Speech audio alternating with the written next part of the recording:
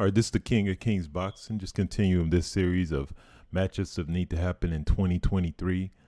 Up next, we got Errol Spence Jr., the unified 147-pound welterweight champion of the world, reigning. And we have Terence Crawford, the WBO welterweight champion of the world, reigning. This is definitely a matchup that happens in 2023. Both guys have had a stellar career. They've been negotiating an opportunity for the fight. If you just look through their resume, this all champions, former champions, high quality, Terence Crawford was undisputed at 140. He first broke into the scene at 147 back in 2018 when he challenged Jeff Horn and stopped him in the ninth round by TKO. Errol Spence has been career welterweight. He's been at 147 for years. His first title he earned overseas against Kell Brook in a thriller.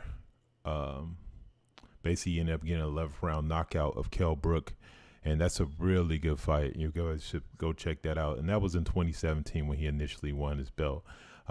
So basically, I guess now it was 20. So he's been reigning for was right at 3 years because he won that in May, and like I said, Terence Crawford's been in the division for about 4 years, 4 to 5 years as a title holder. He defended his title for the first time against Jose Benavidez Jr. Ended up winning that fight by knockout in the 12th round. And Errol Spence defended his title the first time against Lamont Peterson. He had a mandatory layer of Carlos Ocampo.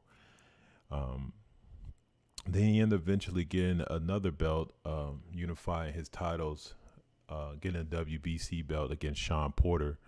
Where during that time period that Bub was just defending his title, the WBO title. Then he defended both his unified championship against Danny Garcia, and then he collected a WBA title against Udonis Ugas. Ugas was coming off a good win against Pacquiao.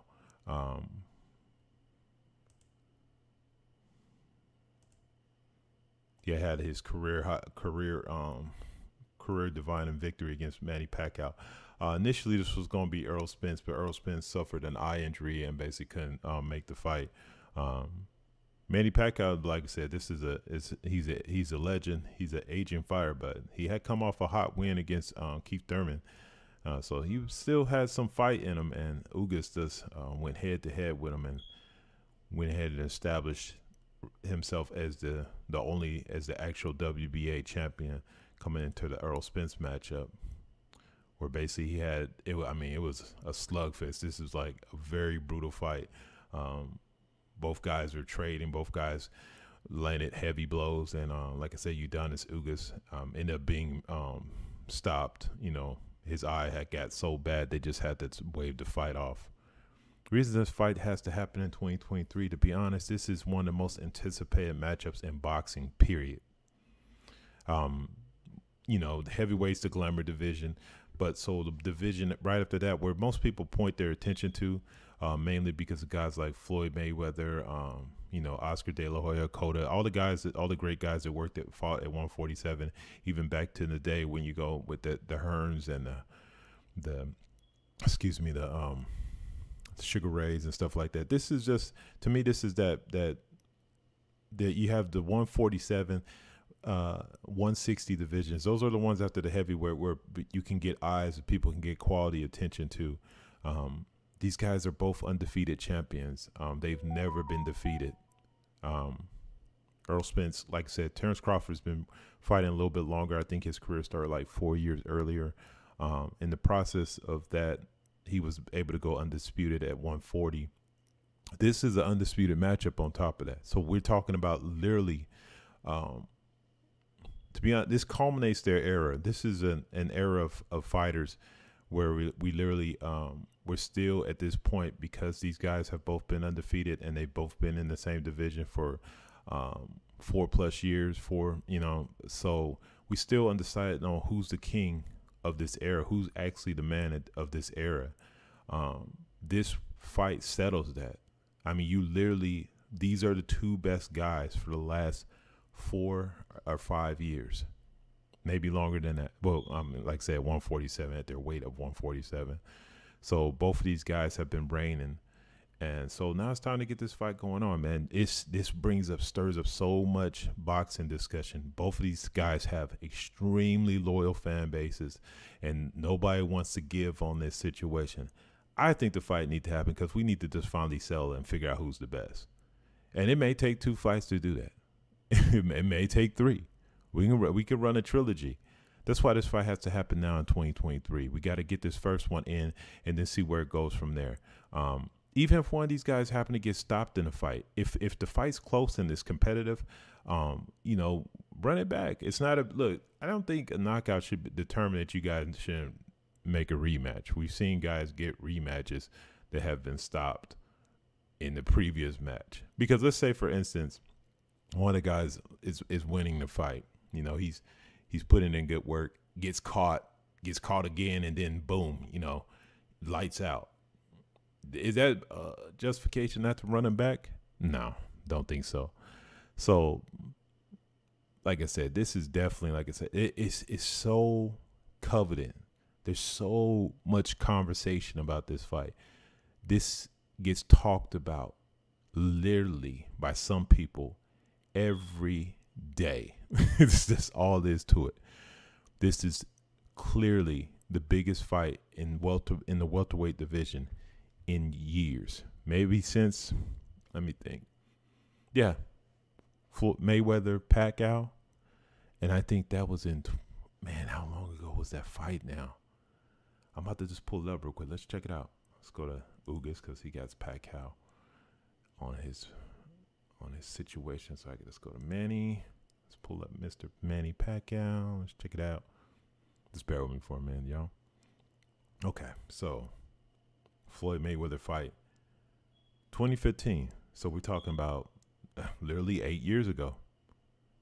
8 years ago, we had that Manny Pacquiao Floyd Mayweather fight. This to me on some level is probably, like I said, because, well, I mean, these guys aren't as famous as they were, but like I said, just the stakes. Like I said, this is modern day where undisputed has become big. Multiple divisions have determined that there is one reigning champion, Devin Haney at 135. 154, we have Charlo. I mean, you have undisputed guys in these divisions, so we're not even coming to a situation where we're even arguing. We need to find out who's the better fighter. And the only way we can do that is the ring. Can't do that by no analyzation. Can't do that by no breakdowns. I mean, we got to just find out in the ring. And here's another thing. Regardless of who you picking in this fight, stay consistent with that pick. Any shortcomings you feel like one fighter has coming into the fight, those are the same shortcomings that you were aware of when you made a decision on who you picked. So if you feel like one guy is at a disadvantage in a certain area, then that should sway your opinion on who you think is going to win. Or if you feel like that disadvantage isn't enough to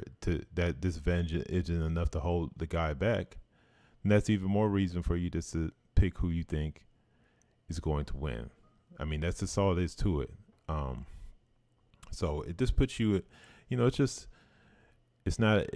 a, man, this is extremely, I'm getting excited just thinking about it because, like I said, this is the premier matchup of this era.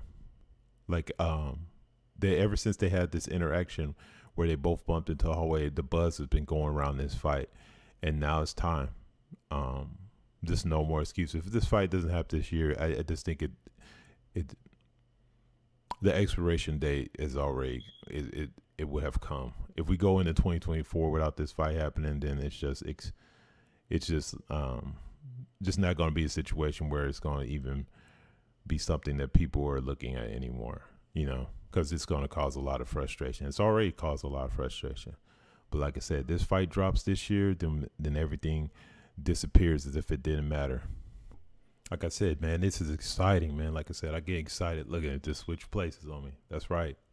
We got to go for this fight, man. This got to happen. I'll give my breakdown if, you know, there's been some recent news, but like I said, when I find out if it's to fruition, I'll give a breakdown of who I'm going to think going to win in this fight. Just, analytics, matching up the styles. And like I said, hopefully we get this match this year. Thank you for listening to me. This is the King of Kings, and I'm out.